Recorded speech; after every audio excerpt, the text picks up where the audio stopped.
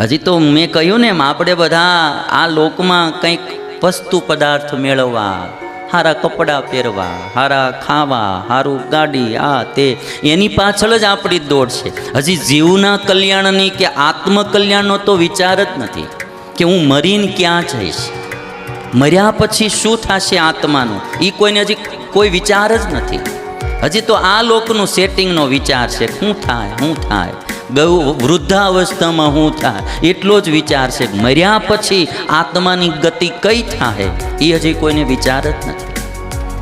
અને એવી ભગવાને માયા મૂકેલી છે ને આ લોકમાં, માણસ એમાં મોહમાં ફસાણા જ કરે, ફસાણા જ કરે.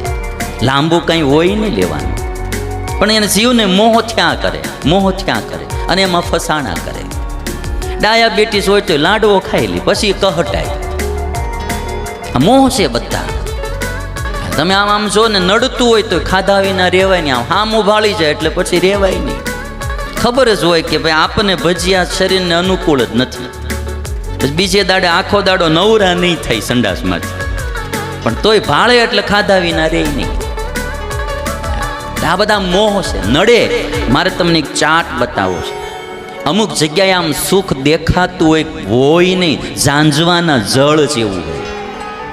આ તમે ઉનાળામાં આમ રોડ ઉપર જતા હો ને તો આમ પાણી પાણી દેખાતું હોય, એને મૃગ તૃષ્ણા કહેવામાં આવે. મૃગ તૃષ્ણા એટલે મૃગ બધા, હરણ બધા હોય ને પાણી જાણી અને બિચારા એક તો તડકાના તરસ્યા થયા હોય અને આમ પાણી ભાળી અને દોટ મૂકે. જેમ જેમ એની બાજુ જાય એમ એમ પાણી માળું આઘું ને આઘું જ જાતું જાય, આઘું ને આઘું જ જાતું જાય. અને એક તો તરસ્યા થયા હોય ને એમાં દોડે અને પછી મૃગ હાંફતા હાંફતા મૃત્યુ પામે. એને મૃગ તૃષ્ણા કહેવામાં આવે, એને ઝાંઝવાના જળ કહેવામાં આવે.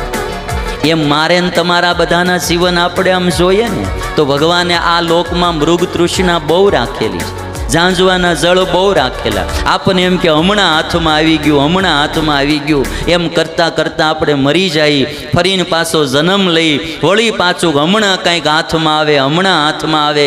જીવના હાથમાં કાંઈ ના આવે. એટલે ભ્રમમાંથી બહાર નીકળવું. એક ચાર્ટ જુઓ તમે,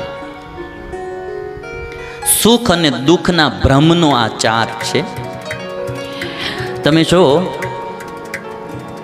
નિરોગી માણા હોય અને રોગી માણા હોય, બે પ્રકારના માણસ હોય આ દુનિયામાં, રોગી અને નિરોગી.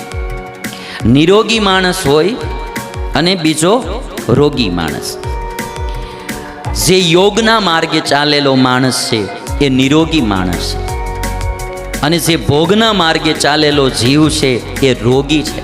એને કામ, ક્રોધ, લોભ, રાગ, દ્વેષ, ઈર્ષ્યા, માયા, મદ, મોહ આ બધા રોગ એને લાગુ પડેલા છે. અને જે નિરોગી છે એ ત્રિગુણાતીત છે, એ 3 ગુણથી પર થયેલો નિર્ગુણ જીવ, એ પરમાત્માના માર્ગે ચાલેલો સુખદેવજી મહારાજ, પછી જડ ભરત જેવા કોઈ જનક રાજા, કે હમણાં કાલે આપણે સાંભળ્યું અમરીશ રાજા, આ બધા નિરોગી પુરુષો હતા. એને કોઈ રોગ નહોતો આ સંસારનો, કોઈ મોહ નહોતો, કોઈ વાસના નહોતી, કોઈ આસક્તિ નહોતી, કોઈનામાં એને બિલકુલ અટ્રેક્શન નહોતું. એકદમ નિર્લેપ ને નિર્મોહી હતા. એ નિરોગી માણસો હતા. અને અમુક અમુક રોગના ઘર હોય, કામ, ક્રોધ, લોભ, ઈર્ષ્યા, રાગ, દ્વેષ, ભાત ભાતની વાસનાઓ, ભાત ભાતની વાસનાઓ, આસક્તિઓ, આ રોગી માણસ.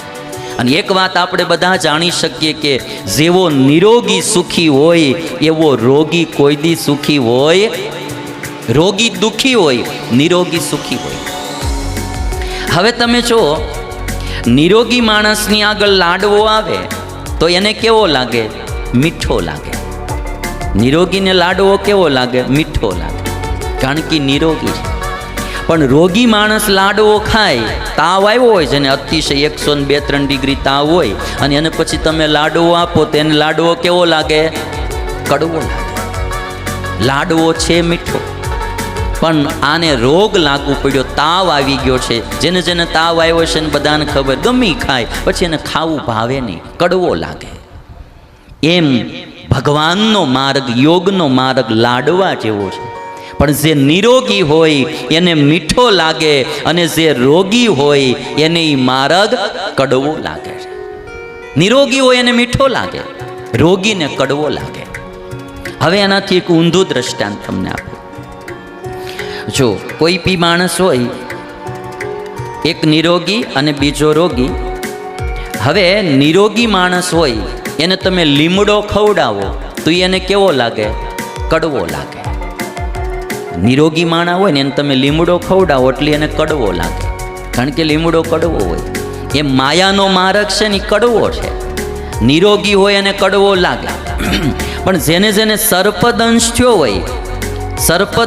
હોય એને તમે લીમડો ખવડાવો તો એની લીમડો કેવો લાગે?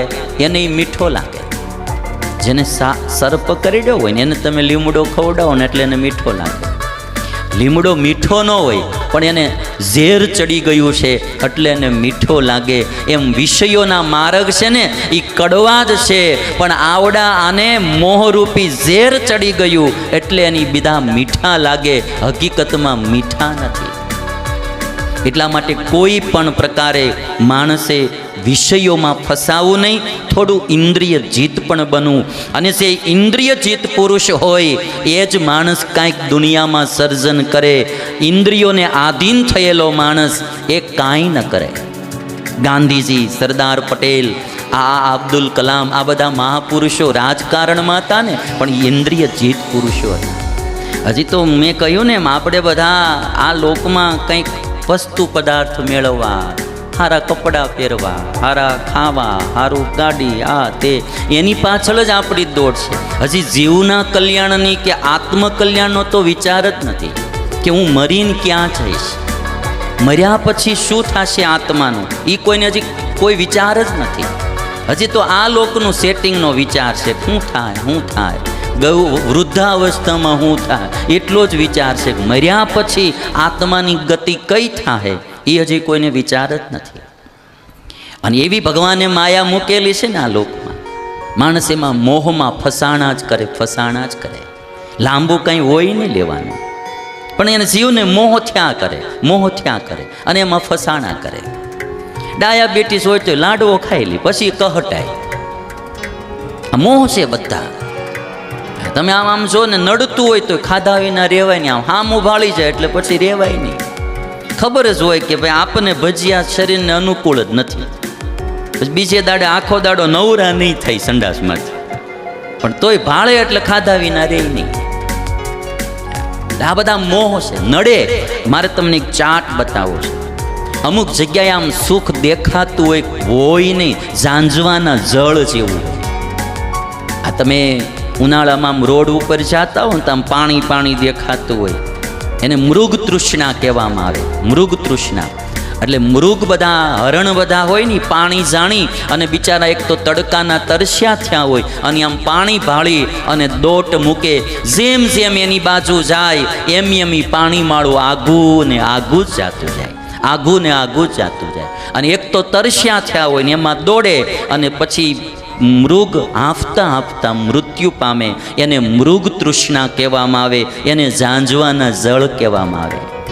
એમ મારે ને તમારા બધાના જીવન આપણે આમ જોઈએ ને તો ભગવાને આ લોકમાં મૃગ તૃષ્ણા બહુ રાખેલી છે, ઝાંઝવાના જળ બહુ રાખેલા. આપણને એમ કે હમણાં હાથમાં આવી ગયું એમ કરતાં આપણે મરી જાય, ફરીને પાછો જન્મ લઈ, વળી પાછું હમણાં કાંઈક હાથમાં આવે.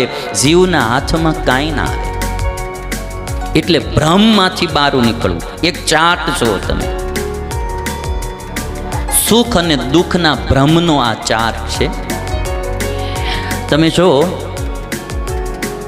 નિરોગી માણા હોય અને રોગી માણા હોય. બે પ્રકારના માણસ હોય આ દુનિયામાં, રોગી અને નિરોગી. નિરોગી માણસ હોય અને બીજો રોગી માણસ.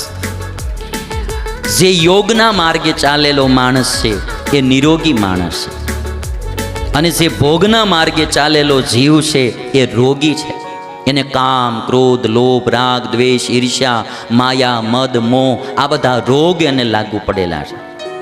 અને જે નિરોગી છે એ ત્રિગુણાતીત છે, એ 3 ગુણથી પર થયેલો નિર્ગુણ જીવ, એ પરમાત્માના માર્ગે ચાલેલો સુખદેવજી મહારાજ, પછી જડ ભરત જેવા કોઈ જનક રાજા, કે હમણાં કાલે આપણે સાંભળ્યું અમરીશ રાજા, આ બધા નિરોગી પુરુષો હતા. એને કોઈ રોગ નહોતો આ સંસારનો, કોઈ મોહ નહોતો, કોઈ વાસના નહોતી, કોઈ આસક્તિ નહોતી, કોઈનામાં એને બિલકુલ અટ્રેક્શન નહોતું. એકદમ નિર્લેપ ને નિર્મોહી હતા. એ નિરોગી માણસો હતા. અને અમુક અમુક રોગના ઘર હોય, કામ, ક્રોધ, લોભ, ઈર્ષ્યા, રાગ, દ્વેષ, ભાત ભાતની વાસનાઓ, આસક્તિઓ, આ રોગી માણસ. અને એક વાત આપણે બધા જાણી શકીએ કે જેવો નિરોગી સુખી હોય એવો રોગી કોઈ દી સુખી હોય. રોગી દુખી હોય, નિરોગી સુખી હોય. હવે તમે જો નિરોગી માણસની આગળ લાડવો આવે તો એને કેવો લાગે? મીઠો લાગે. નિરોગીને લાડવો કેવો લાગે? મીઠો લાગે, કારણ કે નિરોગી છે. પણ રોગી માણસ લાડવો ખાય, તાવ આવ્યો હોય, જેને અતિશય 102-3 ડિગ્રી તાવ હોય, અને એને પછી તમે લાડવો આપો તો એને લાડવો કેવો લાગે? કડવો લાગે. લાડવો છે મીઠો, પણ આને રોગ લાગુ પડ્યો, તાવ આવી ગયો છે. જેને જેને તાવ આવ્યો છે ને બધાને ખબર, ગમી ખાય પછી એને ખાવું ભાવે નહીં, કડવો લાગે. એમ ભગવાનનો માર્ગ, યોગનો માર્ગ લાડવા જેવો છે. પણ જે નિરોગી હોય એને મીઠો લાગે, અને જે રોગી હોય એને ઈ માર્ગ કડવો લાગે.